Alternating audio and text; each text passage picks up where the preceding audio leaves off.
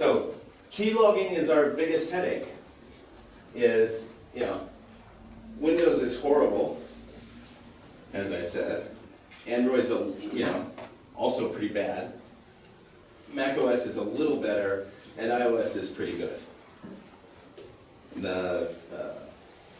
But this is something that we as an app can't control it. You know, how do you let a user somehow enter a password in a way that can't be keylogged? And in Windows, it's impossible. There's no way that could. My hope is that Android will get better. It is getting a little bit better. They have, you know, they've gotten a lot better. They now have the fingerprint API built into the OS as of Marshmallow. Before Marshmallow, there was not. And their secure key store has improved a lot in the last year. So Android's getting a little bit better. So, as I mentioned, security has to be by design. And in security, the key factor is authentication. How does the user prove he's who he says he is? This doesn't mean identity, who he really is. What it means is, I go to you, I'm ABC. When I come back to you some other day, I'm ABC. I can prove, yes, I'm the same ABC as before. This is authentication. That I'm the person I said I was before. And identity management is a layer on top of that. You must have the ability to authenticate to be able to manage identity. This is, you know, identity is what you have with the 보안연구소 system, right? Trying to prove you are really this person with this name and this birthday, and you know, which is also why, you know, no foreigner can use the internet in Korea.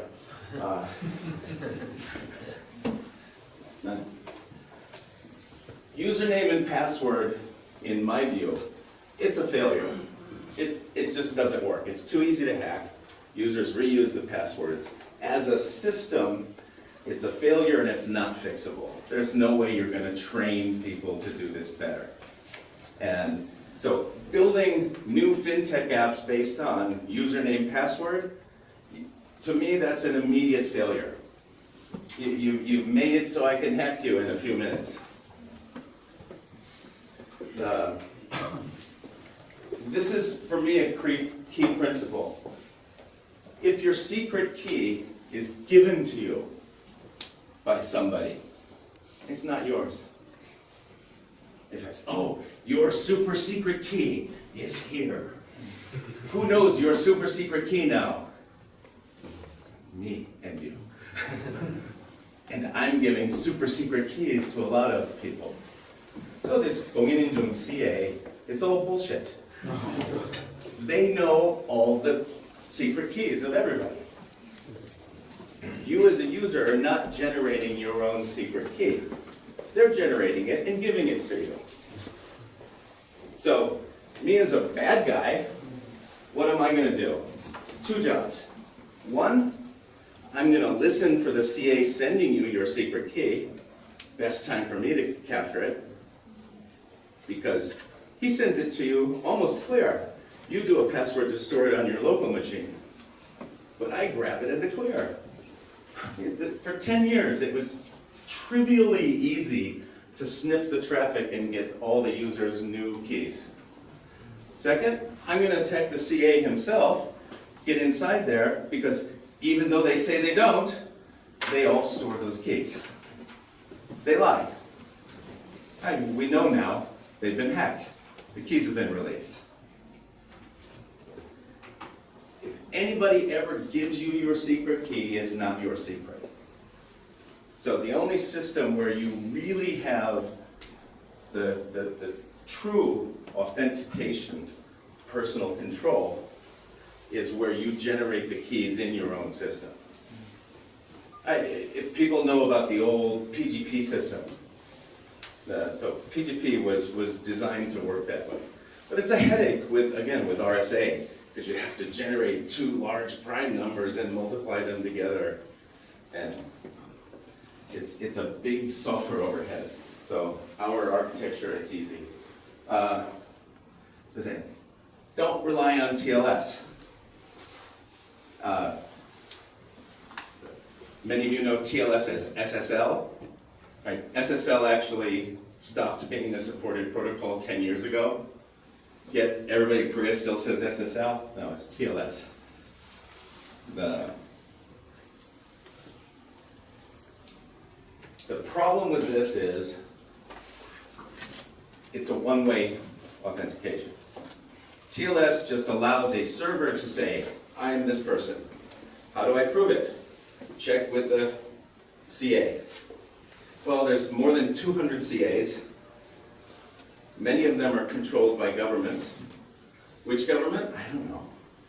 Some of them have been hacked. Iran hacked DigiNotar used them to generate fake certificates for Facebook, Twitter, lots of other services. Put them on the network in Iran, and they were able to decode and see all of the user traffic to all of those sites. Other governments have done this on a smaller scale. Right. So don't trust this as a real protection mechanism. It's a layer you can run inside of, but it's not something you can be confident about. Minimize any user info on the server, and my view is anytime you're moving data, encrypt it. Always. And always include some random part. I'm going way too long, so I'm not going to go through all these details. But for my own company, the software we're developing, so I just questions people ask is why is yours better than what other people do? And I made some answers to those questions. And they say, what is our security algorithm and why is it better? So there's some, basically the algorithm we're using, it's what's used internally in the iPhone. It's now being promoted by these as the new internet standard. And you may have heard 2 weeks ago WhatsApp decided to do end-to-end encryption for all of their chats. 1 billion users. The algorithm they're using is exactly the same as what we're using. So it's not popular in Korea, but it's an elliptic curve system that we think is technically superior now. And just kind of a list of the crypto protocols we're using.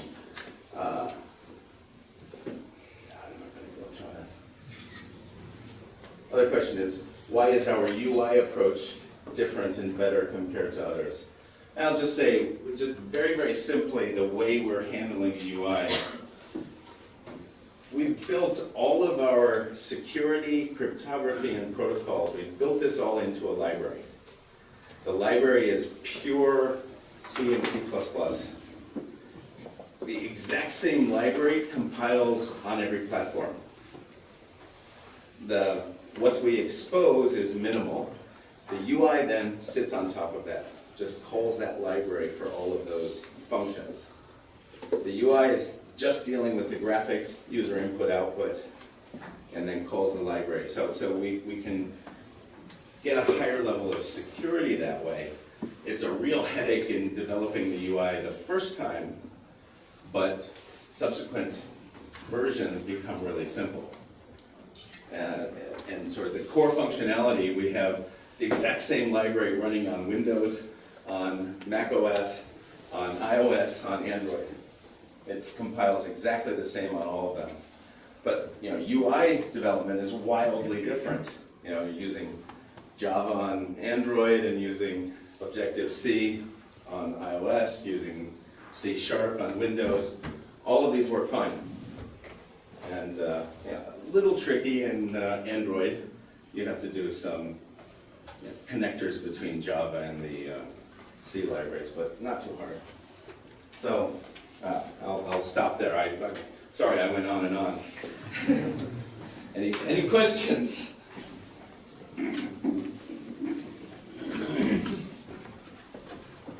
Yeah. Thank you.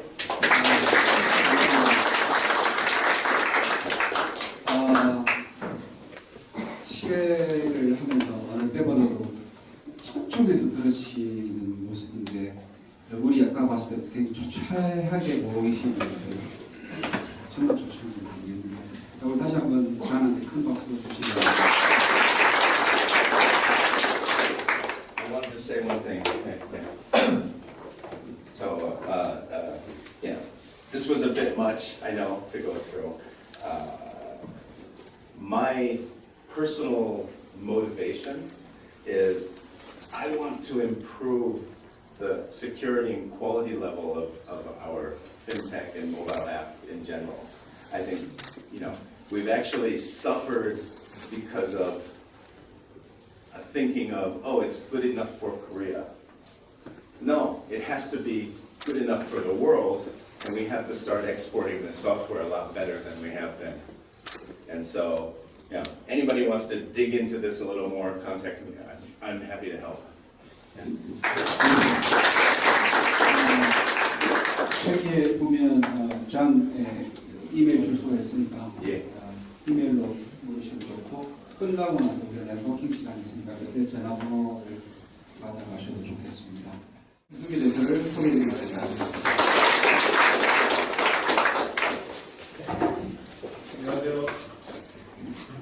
안녕하세요. 반갑습니다. 스티브 잡스의 수염과 빌 게이츠의 눈을 가진 남자 유승재라고 합니다. 반갑습니다. 저도 오늘 사실 영어로 강의를 준비해 왔는데요.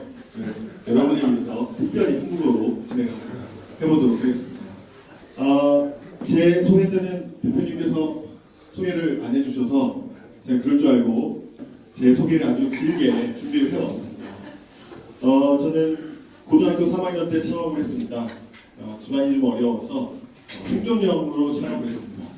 그래서 기술을 가지고 해야 됐기 때문에 돈이 안 되면서 어떻게 하면 좀 돈을 벌 수 있을까 그런 고민하다가 웹 에이전시를 창업을 했어요. 그래서 매출액은 3억 정도 했었고요.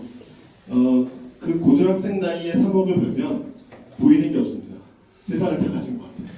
그래서 제 명함의 직책은 회장이었습니다. 회장 유승재 찍었는데 몇 년 후에 쓰레기통에 버리게 됐죠. 그러다가 시간이 지나서 여성 의류 브랜드를 하나 런칭을 합니다. 그래서 섬유회사 대표님과 함께 창업을 했고요. 몇 년 운영을 하면서 회사가 잘 돼서 한 100억짜리 회사로 성장을 시켰습니다. 그 중간에 엑시트하고 나온 경험이 있고요. 시간이 지나서 군대를 갔다 와서 20대 후반에 디자이너 케이크라고 하는 브랜드를 창업합니다. 설탕 공예 분야고요. 굉장히 생소하실 수도 있는데 저희 그 당시 여자친구가 지금은 이제 저희 와이프지만 요걸 배우는 걸 봤어요. 그래서 이걸 IT하고 접목하면 좀 잘 되지 않을까. 그래서 제조업을 만들고 또 아카데미를 만들었습니다. 그리고 오늘 정말 준비 많이 했죠. 제 소개 안 해주실 것 같아서 아주 길게 준비했어요. 그 프랜차이즈를 만들었습니다. 13호점까지 내서 현재도 운영을 하고 있고요. 서당법인을 만들었습니다. 대회도 만들고 자격증도 만들었습니다. 코엑스에서 대회를 매년 열고 있고요. 핀테크 같은 데서도 열고 있습니다. 그리고 이제 제가 가장 애정을 가지고 있는 회사는 이 CEO포럼입니다. 바로 이 기술 투자, 그러니까 지분을 받고 서비스를 만들어주는 그런 일들을 하고 있고요. 또 교육 같은 것들 하고 있습니다. 또 북경에 차이프라고 하는 온라인 마케팅 회사가 있어요. 칭화대 출신 동생들과 함께 북경에 창업을 했습니다. 그리고 대한여경협회와 창조벤처협회라는 협회를 운영하고 있습니다. 네, 오늘 제가 여러분에게 소개해드릴 내용은 IT 창업에 대한 부분인데요. 좀 학문적인 것보다는 제가 한 10년 정도 이제 사업을 했는데 경영을 하면서 좀 느낀 점들, 그런 노하우 위주로 소개를 한번 해보려고 합니다.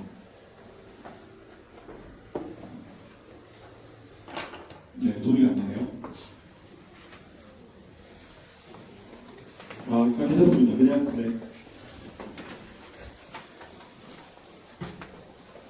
그냥 네. 우리가 이 스타크래프트를 보면 남자들은 거의 뭐 안 해본 분들이 없을 거예요. 저도 이 스타를 안 했으면 아마 서울대를 갔을지도 몰라요. 엄청나게 스타했습니다. 대회도 나가고요. 뭐 어마어마하게 스타했거든요. 그러면 이 자리에서 종족을 우리가 한번 알아볼까요? 프로토스였다. 손 한번 들어보세요. 네, 나는 저그였다. 네, 저그가 굉장히 의외로 많으시고 아까 변리사님, 네, 저그이셨나요? 네, 엄청난 인내 점수를 주셨습니다. 테란 있으신가요? 네, 보통 테란은 좀 꼼꼼하고 섬세한 그런 분들이 많이 했다 그래요. 저도 프로토스를 했었는데요. 이 스타크래프트를 굉장히 좋아하면서 하다 보니까 우리가 하는 사업과 굉장히 유사한 점들이 많이 있더라고요. 자, 먼저 시작을 하자마자 보면 일꾼 4마리가 나오고 미네랄이 나오고 거의 똑같은 환경에서 시작을 합니다. 창업도 초기 시작은 비슷할 것 같아요. 그런데 가끔 쇼미더머니나 오퍼레이션 콜을 친 이런 경우가 있어요. 바로 투자를 받고 시작하거나 금수저인 분들이죠. 자, 오퍼레이션 콜이 어떤 특기인지 다 아시나요? 혹시 아시나요? 해보신 적 없고, 네. 혹시 오퍼레이션 콜? 네.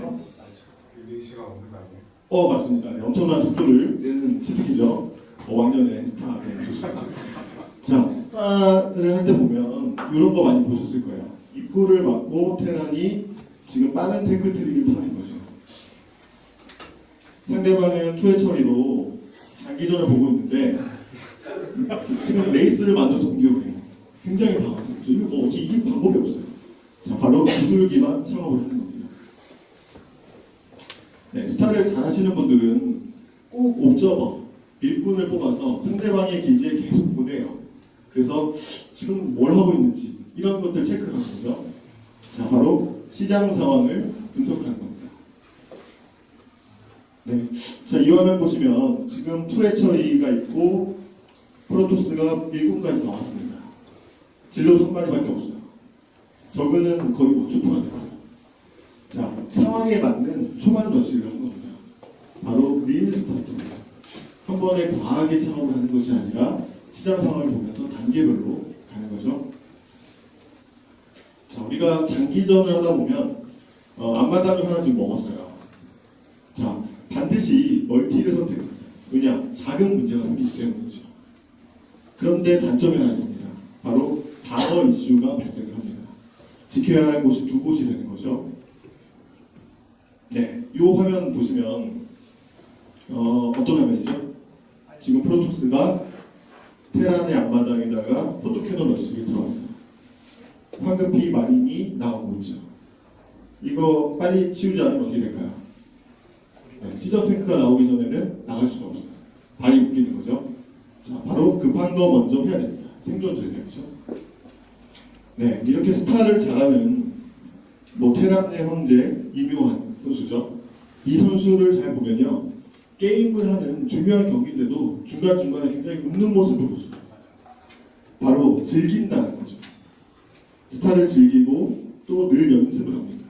전용 키보드, 마우스를 가지고 다니면서 언제든지 연습을 하고요. 또 힘을 뺀다는 거죠. 우리가 사업을 할 때도 내 사업이 소중하지 않은 사람이 없을 것 같아요. 그런데 우리가 조금 이렇게 즐기는 마음으로 늘 또 스터디하고 또 힘을 뺀다면 좀 멀리 볼 수 있는 그런 면이 있지 않을까 싶습니다. 네, 이거를 간단하게 비교해 보면요, 스타는 미네랄과 가스를 적절히 사용해서 낭비 없이 유닛을 생산해야 되고요. 기업 경영도 보유자원 최적화를 통해서 효율성 제고를 노력해야 되고요. 네, 유닛의 특성을 파악해서 전투 운용을 해야 되고요. 네, 자원 확보를 위해서 멀티 수행을 하고 환경 분석을 통해서 전략을 수립합니다. 네.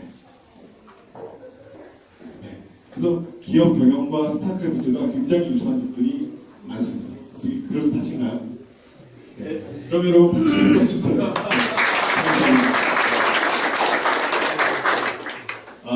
네, 어떻게 좀 재밌게 전달을 할까 고민을 하다가 한번 스타랑 같이 한번 접목해서 만들어봤습니다. 그럼 이제 두 번째, 본격적으로 IT의 흐름을 한번 보도록 하겠습니다. 첫 번째, 시대별 흐름입니다. 우리가 초창기 오프라인 시대에서는 5천만 명의 인구가 이렇게 까만 어둠 속에서 온라인이 없는 시대에서 살았습니다. 이때는 얼굴을 보고 돈을 주고 제품을 구매했죠. 그러다가 온라인 시대가 오면서 3천만 명의 인구가 인터넷으로 제품을 구매하기 시작합니다. 1,000만 명은 독립물, 2천만 명은 이점몰에서 제품을 구매합니다. 그 소셜 시대가 오면서 1,000만 명이 소셜 커머스로 가고 또 SNS로도 판매를 하기도 시작하고 변화를 하는 거죠. 자, 그러다가 스마트폰 시대가 오면서 드디어 오토가 나오기 시작합니다. 요즘에 굉장히 오토가 아주 핫하죠. 5천만 명 중에 4천만 명이 이제는 스마트폰까지 포함해서 인터넷으로 제품을 구매를 합니다. 그리고 1년 사이에 스마트폰을 통한 제품 구매율이 80%가 증가했어요. 자, 우리가 요즘 많이 보는 오토에 대해서 한 가지 짚고 넘어가셔야 될 게 있는데요. 오토에 대한 정의가 오프라인에서 온라인으로 가는 현상, 온라인에서 오프라인으로 가는 현상, 뭐 이런 잘못된 정의들이 굉장히 많이 난무합니다. 제대로 된 정의가 없어요. 또 오토를 조금 조사를 해보시면 오토는 커뮤니케이션의 역할, 보안제, 믹싱, 크게 이 세 가지의 역할을 하고 있습니다. 그렇기 때문에 많은 현상이라고 말해서는 정의가 틀립니다. 오토는 온라인과 오프라인의 접목을 통해서 새로운 가치를 창출하는 것이라고 하는 것이 현재로서는 가장 근접한 정의가 되겠습니다. 또 아시아에서만 주로 쓰기 때문에 해외 유럽이나 미국 국가에서는 거의 이 오토의 용어를 잘 몰라요. 그래서 이 부분은 좀 보셔야 될 것 같고요. 자, 드디어 IoT 시대가 오고 있습니다. 5천만 명 중에 5천만 명. 이제는 우리가 원하든 원치 않든 무조건 인터넷으로 항상 연결이 되어 있는 거죠. 이미 우리가 잠잘 때만 해도 스마트폰을 머리에 두고 주무시잖아요. 스마트폰이 항상 인터넷에 연결되어 있죠. 이것만 보더라도 벌써 IoT 시대가 도래를 하고 있는 거죠. 대표적인 구글 글래스, 또 스마트 포크, 스마트 쓰레기통까지 나왔습니다. 인터넷이 되는 건 당연하고요. 이거는 올림픽 때 나왔던 건데 대테러 방지 기능이 있다고 합니다. 폭탄이 터졌을 때 그것을 최소한 좀 방어해주는 그런 역할을 한다고 해요.